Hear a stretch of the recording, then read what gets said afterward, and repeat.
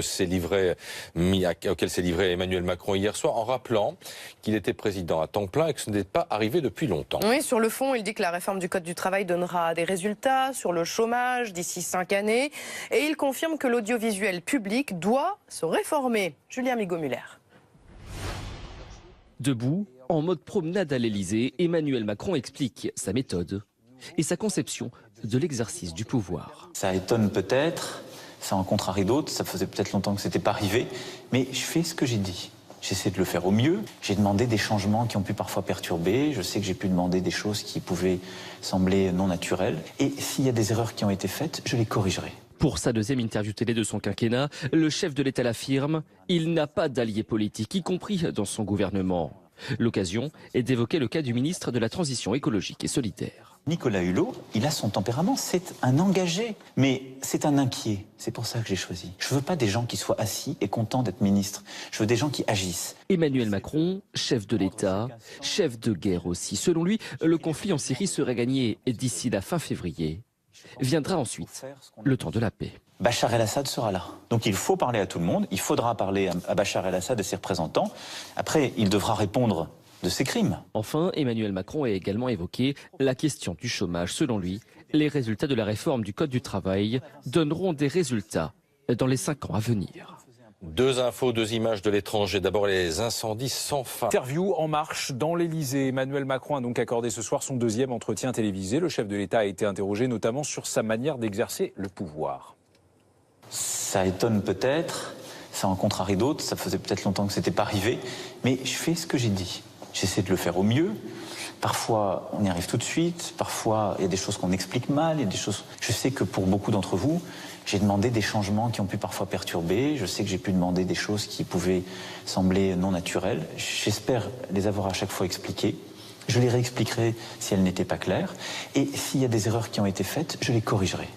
Judith Vintraud, Bruno Jeudi, la forme, le fond, la forme d'abord, que retenir? Qu'est-ce qui vous a marqué, entre guillemets? Eh bien, un ton très intimiste et très connivant, en fait, pour cette déambulation qui interdit pratiquement les interrogations poussées. C'est très difficile quand vous marchez, quand vous êtes en mouvement, de vous concentrer sur un sujet et de riposter, d'avoir un vrai échange.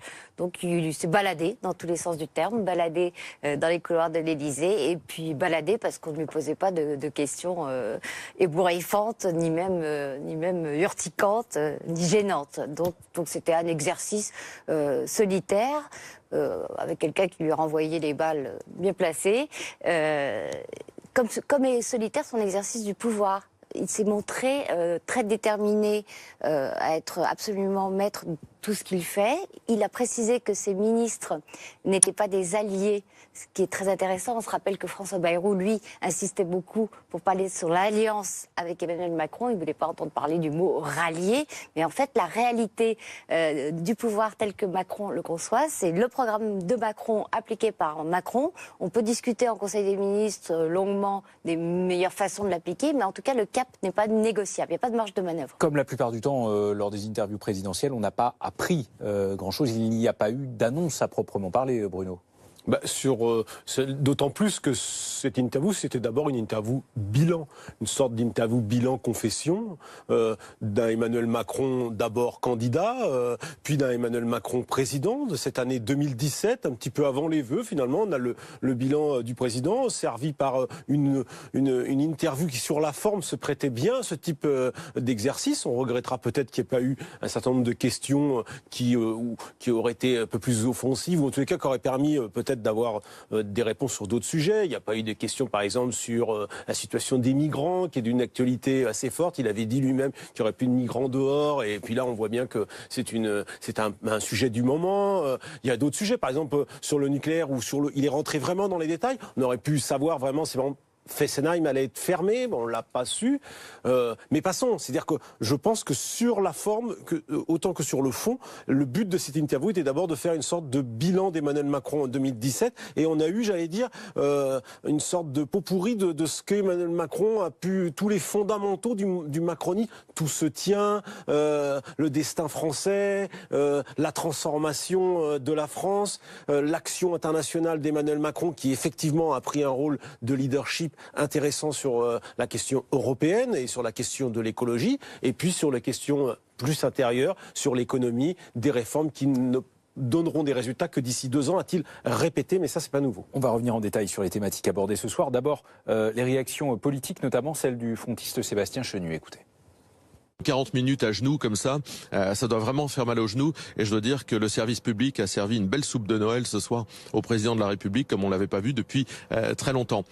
Pour le reste, en réalité, effectivement, la forme l'a emporté sur le fond. Emmanuel Macron n'a rien dit, rien de ce qui peut intéresser les Françaises et les Français, rien sur le chômage, rien sur l'immigration, rien sur la sécurité, rien sur les grands sujets qui font notre quotidien. Il a divagué d'une façon assez confuse sur de grands sujets bien souvent abstraits, mais en réalité, il n'a évidemment rien annoncé et surtout, il n'a pas rassuré. Bonsoir Julien Aubert, vous êtes député Les Républicains du Vaucluse. Formuleriez-vous les choses comme l'a fait Sébastien Chenu du Front National ? C'était un exercice de communication davantage qu'un exercice sur le fond. Il y avait un petit côté causerie au coin du feu. Il y a du Giscard chez Emmanuel Macron. Maintenant, sur le fond, pour la première fois, il a parlé d'énergie, ça c'est positif. Mais en même temps, sur un sujet aussi technique, je crois que la forme ne permettait pas d'aborder effectivement en profondeur tous les éléments de la politique énergétique. Et je suis resté sur ma faim sur un certain nombre de sujets. Par exemple, sur l'avenir du nucléaire. Aujourd'hui, les crédits consacrés à la 4e génération du nucléaire sont en baisse. On est en train d'asphyxier la filière nucléaire. Et il n'a pas expliqué quelle était la visibilité de cette filière, de ce fleuron français. Restez avec nous, Julien Aubert. On va écouter, puisque vous en parlez, cet extrait consacré à la lutte contre le réchauffement climatique. L'un des extraits. Là, on est dans une révolution profonde. Oui. Profonde. Révolution des esprits, des méthodes. Dès qu'on faisait un projet, on augmentait le bilan carbone, l'empreinte. Donc on dégradait notre situation. Là, on va mettre l'argent là où justement on permet de le baisser. Vous venez de dire à l'instant, Julien Aubert, d'une certaine manière, il a parlé énergie, c'est une bonne chose. Pour vous, il n'est pas allé au bout de la logique Sur le plan financier, son sommet était davantage un exercice de communication, là aussi, en anglais d'ailleurs. Le problème, si vous voulez, c'est qu'il faudrait 6 000 milliards de dollars pour le réchauffement climatique. L'Union européenne, qui est le plus gros bailleur, en met 20. Donc c'est comme si vous vouliez acheter une maison à 150 000 euros et que vous aviez un billet de 500 euros dans la poche. Et puis à côté de ça, il nous a annoncé effectivement un grand plan solaire qui va coûter 25 milliards d'euros, alors qu'on sait déjà qu'EDF doit débourser 15 milliards d'euros en Grande-Bretagne sur le projet Hinkley Point et 10 milliards d'euros pour Flamanville. Donc EDF est un géant fragilisé. Donc si vous voulez, il y a tout ça est quand même très très flou. Et c'est vrai que j'ai regretté que les sujets qui soient abordés ne concernent pas principalement les Français. On a l'impression d'avoir un président de la République qui est davantage intéressé par son rôle mondial, peut-être son futur prix Nobel de la paix, les grands sommets internationaux. Visiblement, il est passionné par ce qu'il fait. Je ne l'ai pas senti très passionné par le sort des Français. Voilà, avec des sujets très concrets comme la baisse des APL et puis le climat fiscal en 2018. Vous êtes à 2 doigts, Julien Aubert, de dire qu'Emmanuel Macron a la haine de la province. C'était une phrase qu'avait prononcée Laurent Wauquiez, le chef de votre parti. Emmanuel Macron, d'une certaine manière, lui a répondu ce soir. On l'écoute. C'est un commentaire, je lui laisse, mais qui n'apporte rien au pays. Ça dit quoi? Ça dit la haine qu'il a pour votre serviteur. Bon, je la lui laisse, qu'il vive avec, ça fera son quotidien. Mais ça ne fera pas manger les Françaises et les Français, ça ne fera pas progresser le pays. Que dites-vous de ce petit tacle à l'égard de Laurent Wauquiez, Julien Aubert ? Je crois que les Français sont assez peu intéressés par ce genre de petit tacle. Maintenant, c'est vrai qu'il y a un vrai problème. Là, Emmanuel Macron ne connaît pas la province, ne connaît pas le pays, et il y a toute une série de mesures qu'il prend qui vont avoir un impact considérable. Quand vous avez, moi je suis député en territoire rural, la taxation du diesel, la taxation du fuel, sont des choses, la baisse des APL, sont des choses qui vont frapper les classes moyennes, les classes populaires, et plus particulièrement les territoires ruraux. Et donc, c'est vrai qu'Emmanuel Macron, tout concentré qu'il est par les grands sujets planétaires, oublie parfois que aller mettre le nez dans ce beau pays qu'est la France, ça permettrait aussi de rééquilibrer les politiques qui sont menées. Merci Julien Aubert, merci d'avoir été avec nous dans Week-end Direct sur BFM TV. Pour revenir sur l'écologie, parce que, me semble-t-il, c'est la part la plus importante consacrée à une thématique dans cette interview présidentielle. Le message qu'il veut envoyer, peut-être qu'il a envoyé le plus clairement ce soir qu'auparavant, c'est en gros, je veux sauver la planète et donc on a besoin du nucléaire. C'est vrai ou pas? Oui, il avait rarement tenu un discours aussi clair, jusqu'à aller à dire une vérité qui hérisse le poil des écologistes à chaque fois qu'elle est énoncée, à savoir que le nucléaire pollue moins et fait moins de victimes. Jusqu'à présent, tous les drames qui sont produits dans des centrales ont fait moins de victimes que n'en a fait le charbon au cours des décennies. Donc ça, c'est une réalité, c'est moins polluant, c'est pour le climat. Macron n'est pas un idéologue. D'ailleurs, il a dit que lui-même s'était mis à s'intéresser... Je ne suis pas un activiste du climat. Pas un activiste. Effectivement, il y a beaucoup de marge. Mais comme on en revient à sa solitude revendiquée, comme il considère qu'il doit appliquer son propre projet, qu'il n'a pas besoin de courir après des électorats, que par ailleurs les Français lui redonnent leur confiance, qu'il n'y a plus d'opposition pour l'instant, puisque Jean-Luc Mélenchon a perdu la première manche et peine à lancer la deuxième avec la bataille contre la sélection à l'université, ou en tout cas le succès d'année timide de sélection que veut introduire Emmanuel Macron, que la droite vient de se doter d'un chef, donc elle n'est pas encore à pied d'œuvre, il est vraiment tranquille.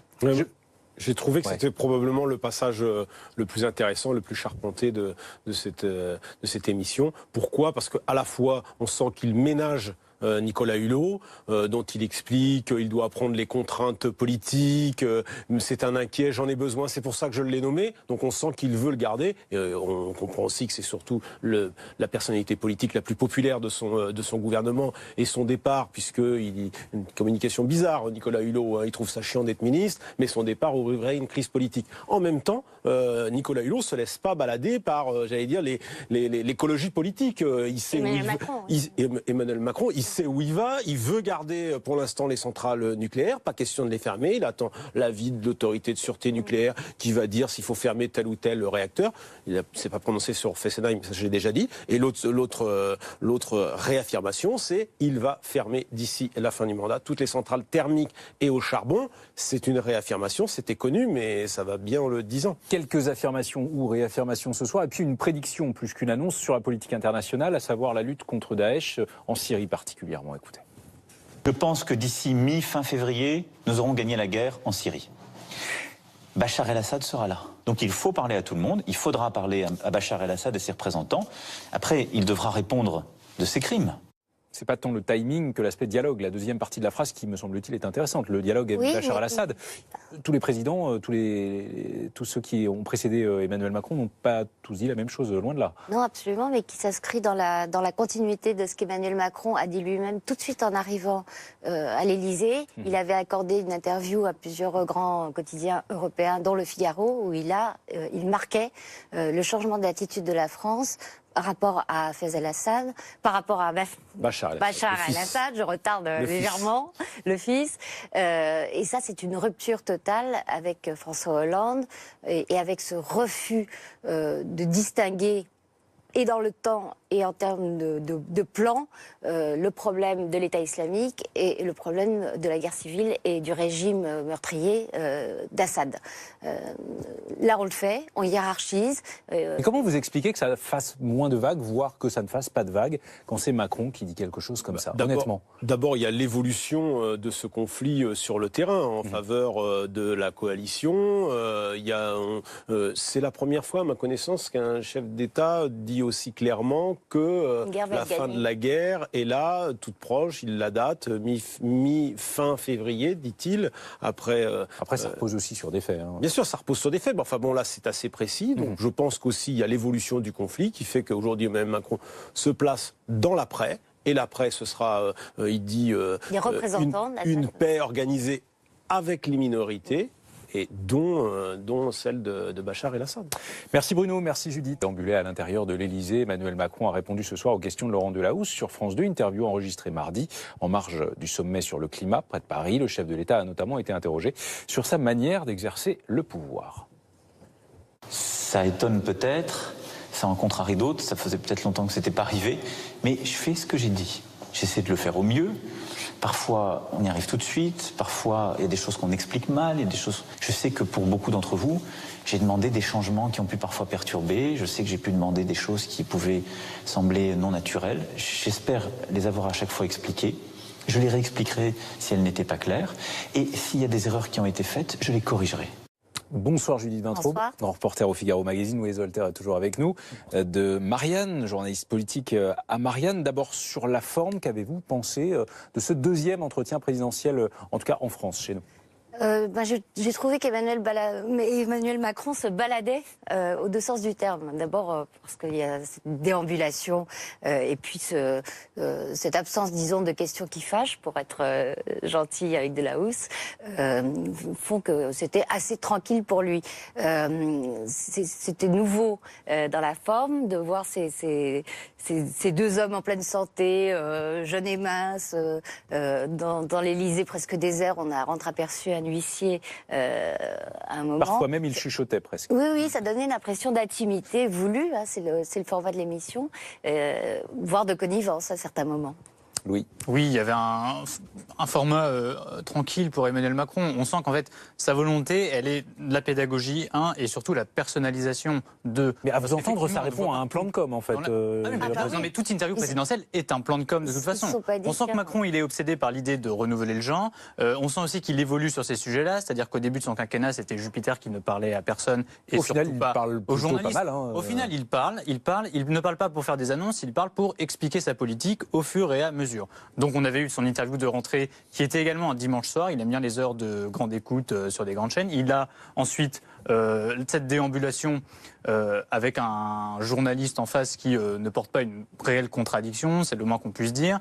Donc voilà, on est à la fois dans la pédagogie et en même temps dans la mise en scène du président qui fait visiter la maison et qui dit voilà ce que je fais, écoutez, et qui raconte un peu son action. Il y a une différence avec son prédécesseur. François Hollande, lui, il commentait tout. Il commentait la vie politique, il commentait son action à lui, mais il prenait beaucoup de temps à commenter, un peu moins à gouverner. Emmanuel Macron, on sent qu'il a retenu des leçons de cela, et du coup, il ne parle que de ce qu'il veut bien, que des sujets dont il veut bien parler.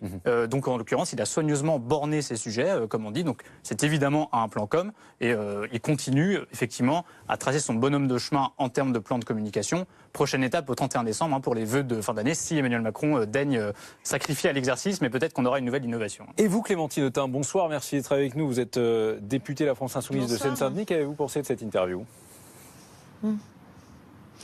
Alors sur la forme, il est vrai que France 2 nous a offert une sorte de publi-reportage. Le moins qu'on puisse dire, c'est que la contradiction n'a absolument pas été apportée au président de la République. Moi, ce qui me frappe d'abord, c'est tout ce qui n'a pas été dit, tout ce qui n'a pas été abordé, rien sur les inégalités, alors qu'un rapport vient d'être mis et montre qu'à l'échelle mondiale et en France, les inégalités s'aggravent dangereusement. Rien sur l'éducation, au moment même où nous discutons au Parlement d'une loi qui propose la sélection à l'université, une loi qui va aggraver là aussi les inégalités. Rien non plus sur les migrants, alors que c'est un sujet dramatique sur lequel on aurait aimé entendre le président de la République.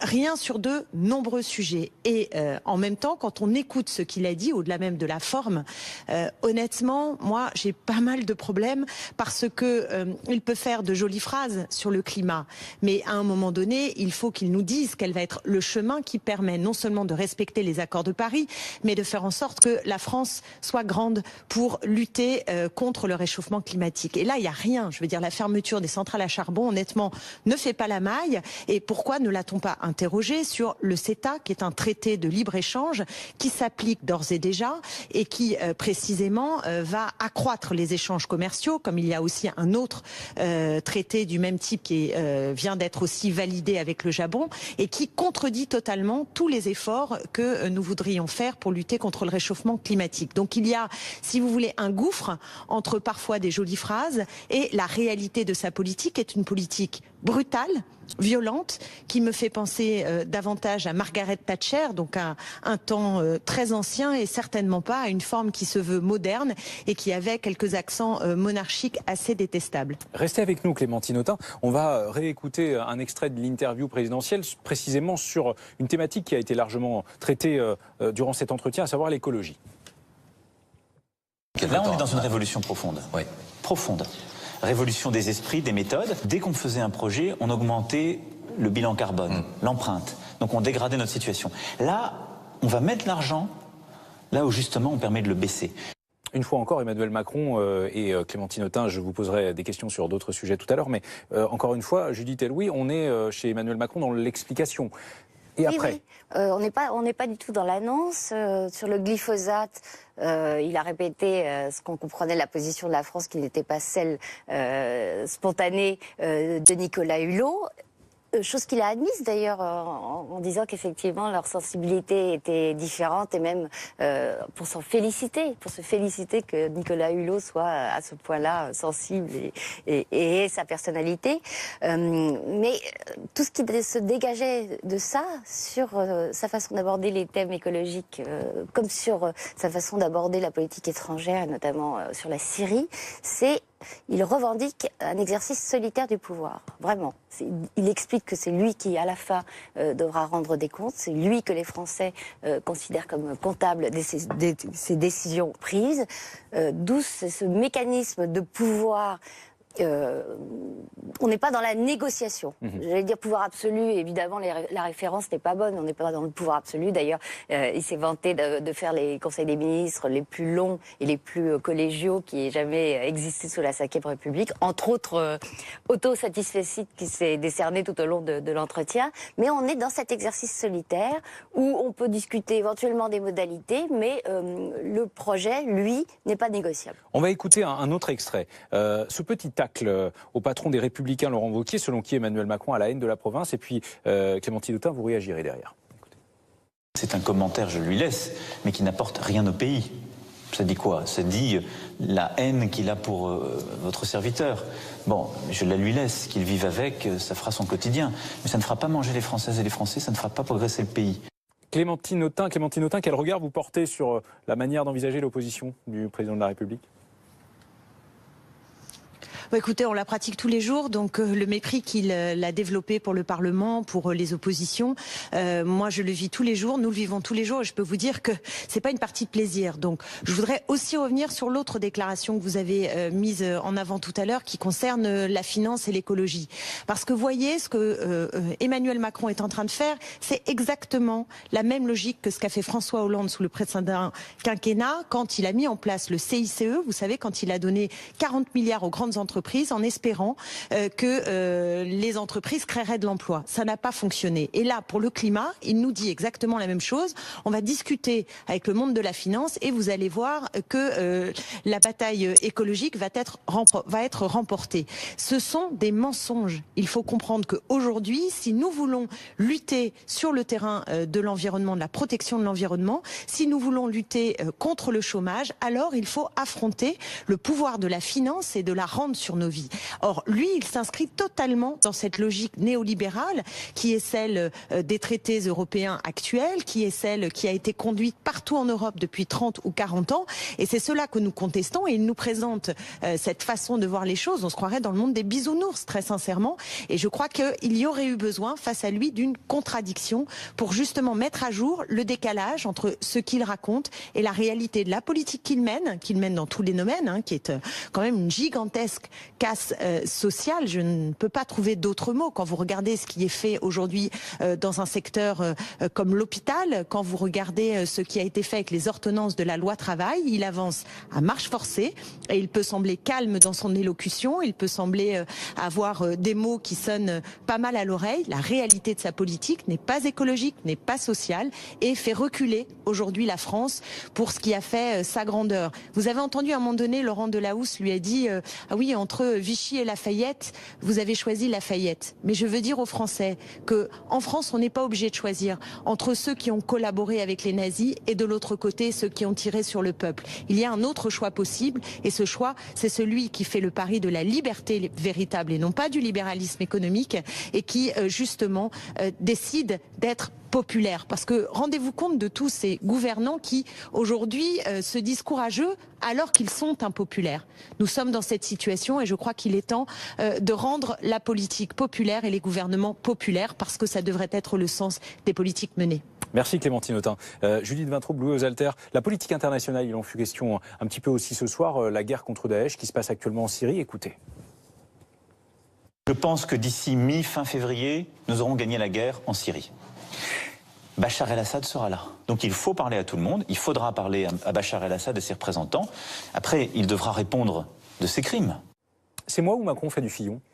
Macron fait du Fillon, mais il en faisait, rappelez-vous, dans la première interview qu'il a accordée à des grands quotidiens européens, dont Le Figaro, il expliquait déjà qu'il n'était pas question pour lui de mettre sur un même pied l'État islamique et Assad. Il avait hiérarchisé ses adversaires, il a répété une formule qu'il avait déjà employée à Fayez el-Assad et l'ennemi du peuple syrien. Moi, mon ennemi, c'est Daesh, donc ça situe bien le problème. Et il a bien précisé que lors de l'initiative que la France allait prendre pour essayer de faire ramener le calme dans la région, des représentants d'Assad seraient présents. Donc il continue dans une ligne qui était dès le départ très proche de celle de François Fillon. Et en cela, il y a une rupture à l'égard de ce que faisait François Hollande. Et Nicolas Sarkozy avant lui, parce que la ligne qui était celle d'avant, c'était celle du Quai d'Orsay. En fait, il y a une continuité entre le quinquennat Sarkozy et le quinquennat Hollande, avec Laurent Fabius notamment au ministère des Affaires étrangères, qui consistait à faire du départ de Bachar el-Assad un préalable à toute solution politique. Sarkozy a changé en Syrie. Oui, alors après, mais pas quand il était en fonction. Et Emmanuel Macron a compris que, de manière assez pragmatique, que ça ne marchait pas, parce qu'en Syrie, on a uniquement vu le nombre de morts s'accroître. Il s'agissait en réalité d'une guerre civile entre plusieurs factions, entre l'armée du gouvernement d'un côté, des factions de l'autre côté, et dans cette faction prospéraient des groupes islamistes. Sauf que cette analyse n'était pas celle qui était privilégiée par le Quai d'Orsay jusque-là. Et Emmanuel Macron, même pendant sa campagne, il avait tenu, effectivement, il s'était plutôt écarté des positions-là qui étaient celles du gouvernement dont il avait fait partie. Et du coup, il faut lui reconnaître qu'il a une certaine constance sur cette ligne-là. Après, quand il donne une échéance, il dit quand même rendez-vous mi-fin février pour dire on a gagné la guerre, alors qu'en réalité, la guerre risque fortement de continuer en Syrie. Mais on sent bien que là, il a pris la mesure du problème qui était prioritaire aux yeux des intérêts de la France, qui est évidemment celui du terrorisme islamiste,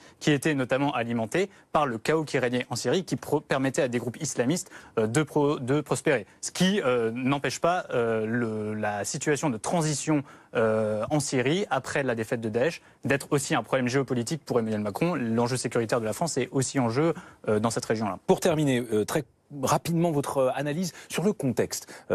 Cette interview, elle intervient à un moment où Emmanuel Macron a une cote de popularité en très nette hausse. Le président voit son action approuvée par 52% des Français, plus d'un Français sur deux donc. Il dément ce que disait tout à l'heure Clémentine Autain. Même tendance pour Édouard Philippe, 54% sont désatisfaits. Qu'est-ce qui, à court terme, pourrait faire trébucher Emmanuel Macron? Je pense par exemple, je ne sais pas si vous êtes d'accord, à la question de Notre-Dame-des-Landes. Début 2018 sera marqué normalement par une prise de décision fermée et assumée. C'est plus que la décision sur faut-il construire un nouvel aéroport ou agrandir l'aéroport actuel de Nantes. Ce qui est attendu, c'est un retour à l'ordre républicain, une évacuation de la ZAD. C'est là-dessus qu'il sera jugé, c'est là-dessus que l'autorité dont il se revendique tout le temps, c'est moi qui décide, c'est moi qui rends des comptes et je veux que mes ordres soient respectés, ça sera un test grandeur nature. Non, ce qui peut arriver, c'est avec le projet sur l'immigration et le droit d'asile que sa propre majorité